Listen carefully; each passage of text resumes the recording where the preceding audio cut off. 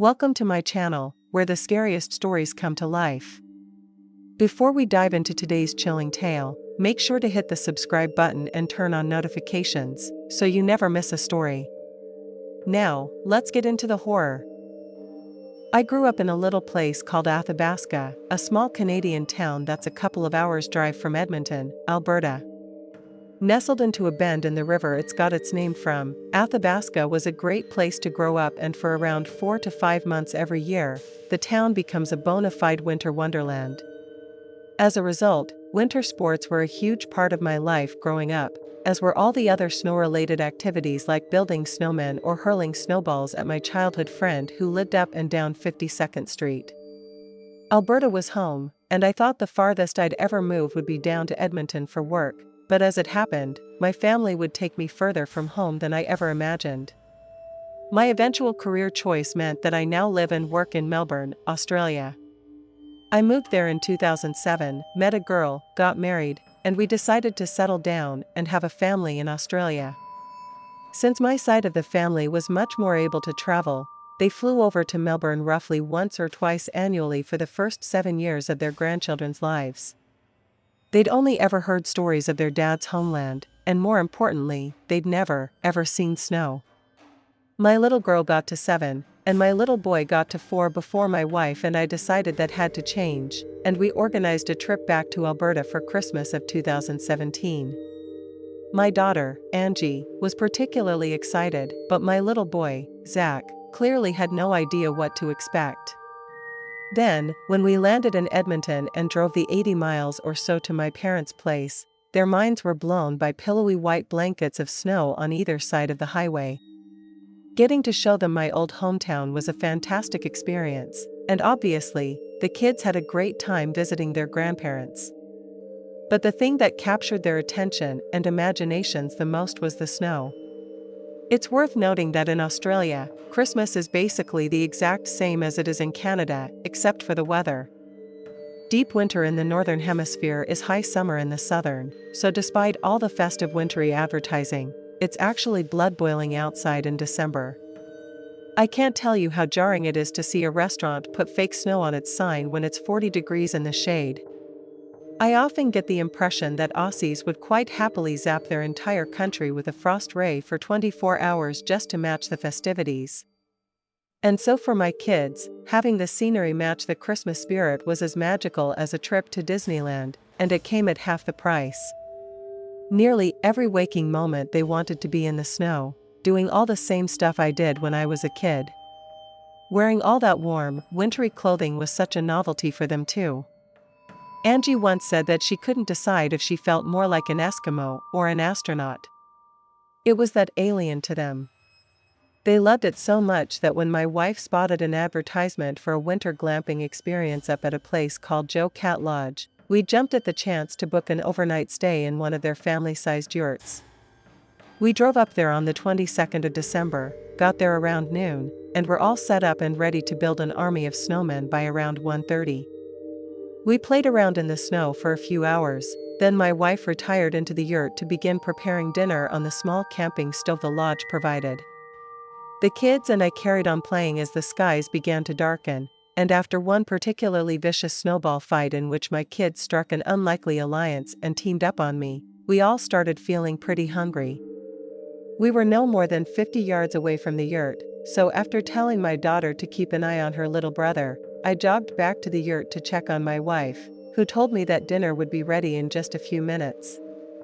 I then jogged back to where my kids had been playing to find my daughter, starting off the base of yet another snowman. But when I looked around for Zach, he was nowhere to be seen.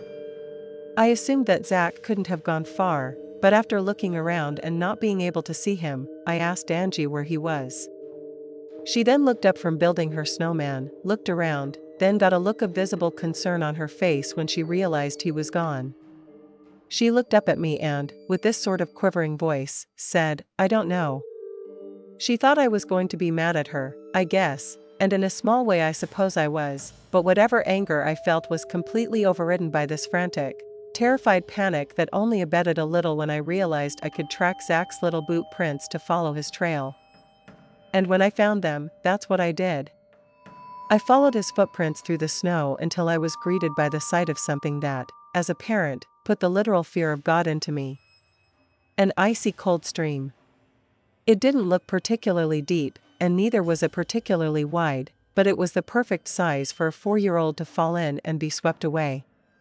An older child might have been able to make it across the series of small stepping stones that ran across the stream at one of its narrower and shallower sections, but fall downstream of those, and a kid as small as Zach would almost certainly have been swept away, drowned, and frozen. I ran up and down the banks of the stream, keeping an eye out for my son's body in the water while I screamed out his name in the hopes that he'd hear me and come running. They were the most terrifying moments of my life thus far, made all the worse by the fact that my daughter had followed me and was witnessing every moment of my terror-induced nervous breakdown. I can't imagine how frightened she was. Not only did she not really understand what was going on, but on some level, she blamed herself for what was happening. I kept on running up and down the bank and remembered not paying much attention to the opposite side of the stream. It seemed impossible that Zach had traversed the stream somehow, not without becoming overwhelmed by the currents, so when I finally heard him call out to me, I spun around to see him standing there, right where I hadn't expected him to be, on the other side of the stream. He didn't seem scared or anxious or anything. He was just kind of muddling through the snow in his overcoat and boots, like he didn't have a care in the world. I definitely freaked him out a little when I bounded across the stream, ran up to him in the snow, and scooped him up into my arms. I didn't yell at him or anything, but he definitely picked up some of my energy, and he started to cry when he saw his sister, who by that point was also in tears. I carried him back to the yurt, where we were greeted by my very confused and very angry wife. When I told her what happened, she was mad at me, then mad at our daughter, then mad at me again. We were all a mess. But primarily, we were all just super relieved that we'd found Zach and that we weren't about to be the cause of an Amber Alert. Once we were somewhat relaxed again, we ate dinner, then my wife and I set about putting the kids to bed. But before I tucked Zach in, who by that point was almost completely tuckered out, I asked him something that had been bugging me since it popped into my head just after dinner. I just asked him, "How did you get across that stream, buddy?" And like I said, we'd all been incredibly relieved to have found Zach safe and sound, so for me personally, that's all that occupied my thoughts, at least until we'd finished up with our food. In the moments after discovering he was missing, as I ran up and down the banks of the stream, I expected him to be on the same side as us or in the water. It seemed impossible that he'd crossed on his own somehow, and as you can imagine, once it popped back in my head, I wanted to get to the bottom of how he'd gotten across. And his reply made my blood run cold. The snowman carried me. Now obviously, a snowman did not carry my kid across an icy stream, but someone did, and just the thought made me feel sick to my stomach. In the most delicate possible way, I told Zach it couldn't have been a snowman. I then asked again in a very delicate manner if the snowman he was talking about was actually a person wearing lots of white clothes or perhaps someone with fallen snow on their hair or the shoulders of their jacket. He shook his head and repeated his claim that the snowman carried me. And then, before I could ask him anything else, he closed his eyes and just drifted off to sleep. I don't think he was out for more than 5 or 10 minutes. I told my wife what our son had just told us, and within a few short moments, we were packing up our things, getting the children dressed, and making our way back to our car. What happened was bizarre, but it seemed obvious. Someone had taken my son. It might have only been for a minute or two, and thank God that they had the sudden compulsion to let him go. Perhaps they heard my screams, knew I might catch up with them, and decided to quit before they got caught red-handed. Regardless, I thank God that that was the case, but I was not about to stay overnight while being stalked by a potential child snatcher. We made sure to tell one of the campground's representatives on our way out, and I don't know what they did in response, but there was no way we were staying there, so we drove back home, not even thinking to ask for a refund on account of how freaked out we were. The very next morning, I was in touch with the police regarding what happened, and not a day later, they called us back to confirm our worst fears. On the opposite side of the stream, accompanied by the smaller footprints of my son, were a set of much larger footprints that I'm quite certain were put there by his potential abductor. Zach later said that, yes, the person who carried him had been wearing a white hat or at least light-colored clothing, and that after carrying him through the woods for a minute or two, they simply put him down again and walked away. Zach then heard me yelling, then trudged off in the direction of my voice, whereupon we were reunited. I asked Zach if the man said anything to him, and he said no. I asked him if he was scared, and bizarrely, he said no to that too. My son wasn't exactly an overly trusting or gregarious child either. It wasn't like him to remain calm if picked up or spoken to by a complete stranger. But when asked if he cried or yelled out or struggled when this complete stranger appeared out of nowhere and scooped him up out of the snow, Zach once again just said no. Maybe he thought it was me. Maybe he was swept up in how magical and alien the landscape was there in the woods. Maybe he was just sleepy, and that's why he didn't freak out and start screaming. But when I think about this stranger snatching my son and him not even admitting so much as a whimper, it sends a shudder down my spine. I don't know what got into me and my buddy Connell during college, but we went down a serious survivalism rabbit hole during the first few months of our sophomore year at CU Denver. We were living together off campus, each working part-time jobs, and being only a stone's throw away from the likes of Chief Mountain and Mount Blue Sky, we'd gotten increasingly into hiking as a way of exercising and blowing off steam. That was during our freshman year, when we lived on campus. Then, once we moved into the apartment near Colfax Avenue, we watched a movie one night in mid-October, called Alive. If I recall correctly, Alive is about a team of South American rugby players whose plane crash lands in the Andes Mountains. The injured and freezing survivors are then forced to consume the flesh of the deceased. The energy they gain from this cannibalism allows them to engineer their own rescue. It's an awesome film, and all based on a true story, which captured Connell's and my imaginations even more. We couldn't help but ask ourselves, what would we do in that situation? But mainly, it was an argument of how hungry we'd have to be before eating our dead friends became an option. Obviously, that wasn't something we could or wanted to ever put to the test. But we could do the next best thing, head up into the mountains during the peak snows and try to camp for a night or two just to see if we could handle it. Now, this is the part where I tell you all not to try this at home. Wilderness camping is risky at the best of times, but doing it during the dead of winter is an extremely foolhardy thing to do. So naturally, stupid college-age Connell and I decided it was an awesome idea and immediately began to organize a camping weekend for some time after the holidays. We kept planning over Christmas, and then the first weekend after we got back to school, we drove up to Echo Lake Park, near Rogers Peak. We parked the car, then marched off into the snowy forest in the direction of Mount Goliath. We must have gone a couple of miles before we found ourselves the perfect sheltered spot among some pine trees. Then, we set down our stuff and began clearing away space for the tent. I won't bore you by going into a play-by-play of how much it sucked to camp in those conditions, but holy crap, did it suck. Everything stayed wet all the damn time. We could barely keep the fire going, and we barely got any sleep. It sucked so hard that we decided to pack up and leave around 6:30 to 7 a.m., using the first light to navigate back to the car and get the hell out of there for some hot showers. If you don't have one, get a camping stove to safely make coffee inside the tent. Once we were all warmed up and caffeinated, we began to pack up our stuff. Connell finished doing so maybe a minute or two before me, then opened the tent flap and told me he was going off to take a piss. I just grunted, still half asleep, and carried on with what I was doing.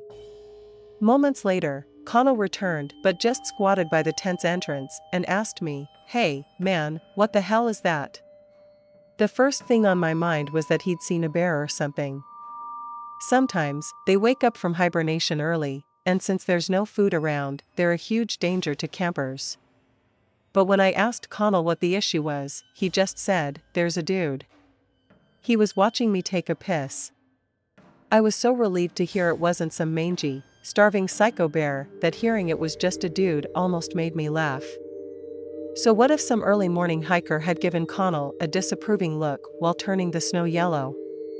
Big deal. I started to laugh and asked him if that's all he was spooked over. Then Connell told me that the guy had a gun. This still didn't freak me out, because sure, the guy was outrageously out of season for anything other than maybe elk or bighorn.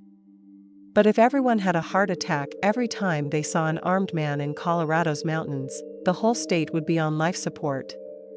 I don't know if I was too tired, too cold, or too desperate to get out of there, but I just couldn't detect the severity of the situation. Maybe Connell was doing a crappy job of explaining it, too, I don't know. My point is, I just sat there confused when, really, we should have been running. The next thing I know, Connell turns and looks the other way, and I hear him screaming. He turns back and says, "Get out of the tent."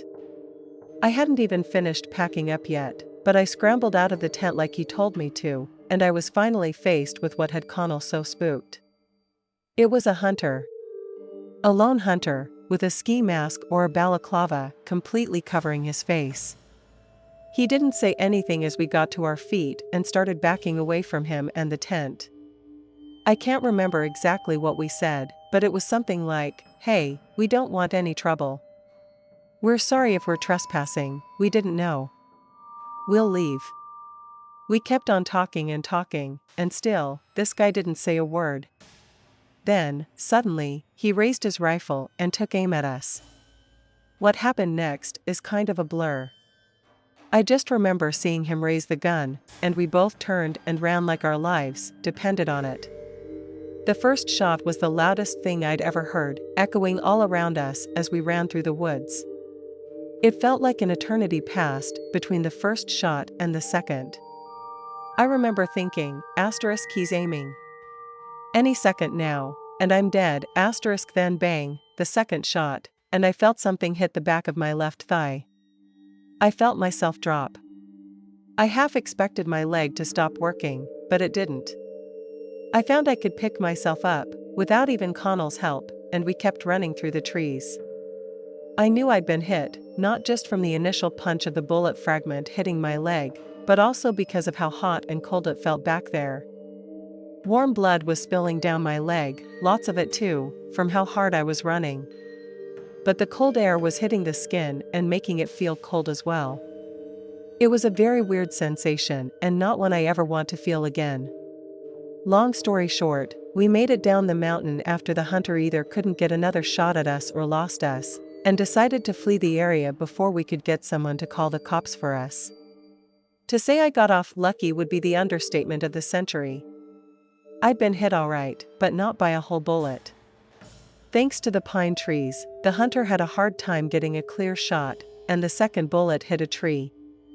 Whatever cheap, crappy ammo he was using splintered, and a piece basically slashed open the top rear of my thigh while I was in the middle of a full sprint through the snow. The doctor said if the bullet had hit the tree in a slightly different way, or if I'd been running a little slower, the fragment would have punctured my thigh, severing my femoral artery. I'd have been dead in a matter of minutes. But it didn't, and honestly, I try not to think about it because thinking too hard brings some serious scares that, just like that hot and cold feeling, I'd rather not feel again anytime soon, or ever. As for the guy who took shots at us, the cops questioned a few hunters, but never made any arrests and never charged anyone with almost killing us up there on the mountain. If you ask me, I think the guy was just a hunter. I don't think he went out looking to shoot people, but I do think he was just a psycho who thought, no witnesses, why not? I guess there are folks out there who want to know what it feels like to kill something, and I'm not saying every hunter thinks like that, obviously, don't get me wrong. I just know for damn sure that at least one of them does. My name is Andrew, and I'm a research associate at the University of British Columbia. My field of expertise is atmospheric sciences, which is essentially the interdisciplinary study of weather and climate, connecting with departments such as chemistry, mathematics, soil science, and engineering. As you can imagine, much of our work over the past few years has focused almost entirely on climate change. However, at the beginning of this year, I was invited to join a very special and unusual research program. In collaboration with the University of Central Asia's Tbilisi campus, based in Kazakhstan, our task was to translate and validate a trove of previously unreviewed research data recently acquired from the Kazakh government. To understand why we were asked to do this, there are two things you need to know. Firstly, unlike many other ex-Soviet countries that suffered significant turmoil during the breakup of the USSR, political power in Kazakhstan was almost immediately consolidated by a man named Nursultan Nazarbayev. This guy was, and still is, something else. He did things like renaming Kazakhstan's capital city in his honor, importing sand from the Maldives to build a fake beach, and constructing a series of huge, bizarre-looking buildings that served no practical purpose. These weren't monuments or statues, these were legitimate skyscraper-type structures, but with nothing inside. They were just there to make Astana, or Nur-Sultan as it was called during Nazarbayev's tenure, look futuristic and cool. Nazarbayev had his regime lock down every piece of government property in the country, including all the scientific research stations the Russians had built. In countries like Poland, Ukraine, and the Baltic nations, the collapse of the USSR meant academic institutions could finally share research data with their Western counterparts. This took a little longer with Russia itself, but by the mid-90s, Western universities were freely able to exchange Soviet-era research data. But things didn't go that way with Kazakhstan. Nazarbayev and his regime seized all research data from government facilities, locking it up under the pretense of protecting it from the prying eyes of Western intelligence agencies. I don't know whether Nazarbayev was genuinely protective of his country's assets or just wanted to solidify his grip on power, but either way, most of that Kazakh Soviet-era research data remained locked up until he resigned in early 2022. Afterward, Kazakhstan's two largest universities, one of which had been renamed in his honor, applied for custody of the data. In sharing it with the multinational University of Central Asia, they granted us at the University of British Columbia direct access. The first hurdle was gaining access to all this old Kazakh research data, but the second hurdle was accrediting it. Soviet-era science, in some areas, was seriously lacking. While the Soviets made impressive strides in the space race and military science, other fields of research suffered, with ideology often trumping proper methodology.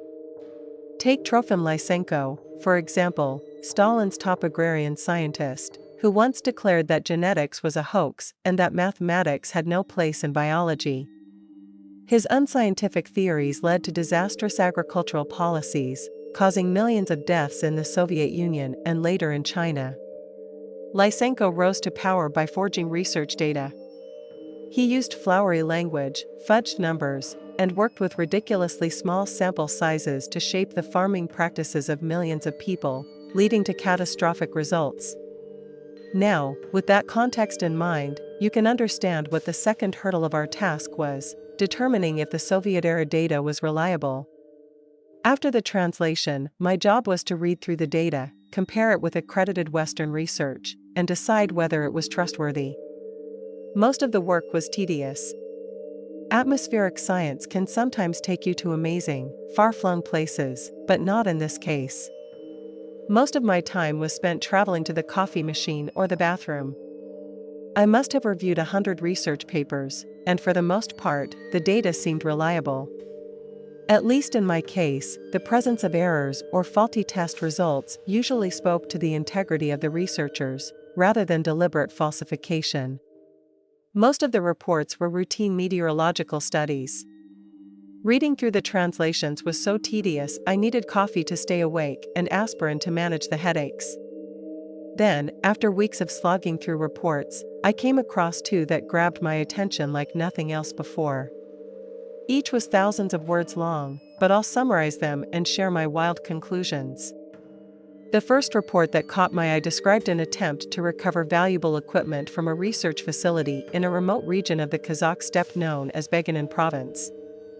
From what I gathered, the facility was large, consisting of several sites spread over a few square miles. You can still see its outline on Google Earth if you look up the coordinates, 47 degrees 88 feet 67 inches N latitude and 57 degrees 44 minutes 73 E longitude. These days, a natural gas company called Severnatruva claims to operate there, but back in the mid-70s, the facility was run by the Kazakh Soviet Socialist Republic. The site was abandoned in the early 1970s after what was described as an extreme weather alert. There were no details on what this extreme weather event entailed, but it was hazardous enough to force the complete and immediate evacuation of the facility. The problem was, tens of thousands of rubles worth of irreplaceable data and equipment were left behind, and their bosses in Moscow were not happy. The solution should have been simple: check the area for safety, send in a team, and retrieve the materials. But it wasn't that easy. Hazardous weather conditions supposedly made helicopter use impossible. The rail line that serviced the facility had been decommissioned, and the terrain was too rough for vehicles. So the recovery team would have to travel on foot, a journey that would take 48 hours across freezing, barren tundra. The idea of sending 6 men on foot to recover heavy equipment made no sense to me. My only conclusion was that the team's real mission was to assess the damage caused by the extreme weather, not recover the equipment. The second report confirmed this. The first report outlined the problem, the second outlined the plan. Naturally, I searched for a third report detailing the outcome. But I found nothing.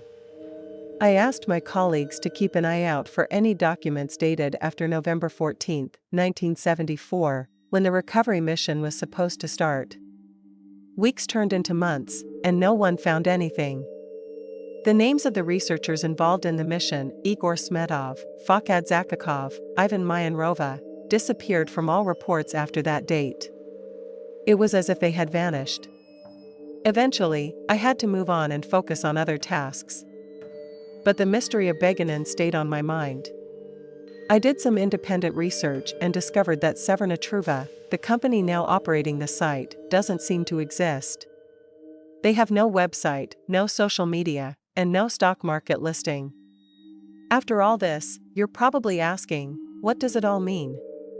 I have no direct evidence of what happened at the Beguinin research site. But based on what I've read and pieced together, I believe an extraordinary and catastrophic event occurred there in November 1974. And when I say extraordinary, I mean terrifying.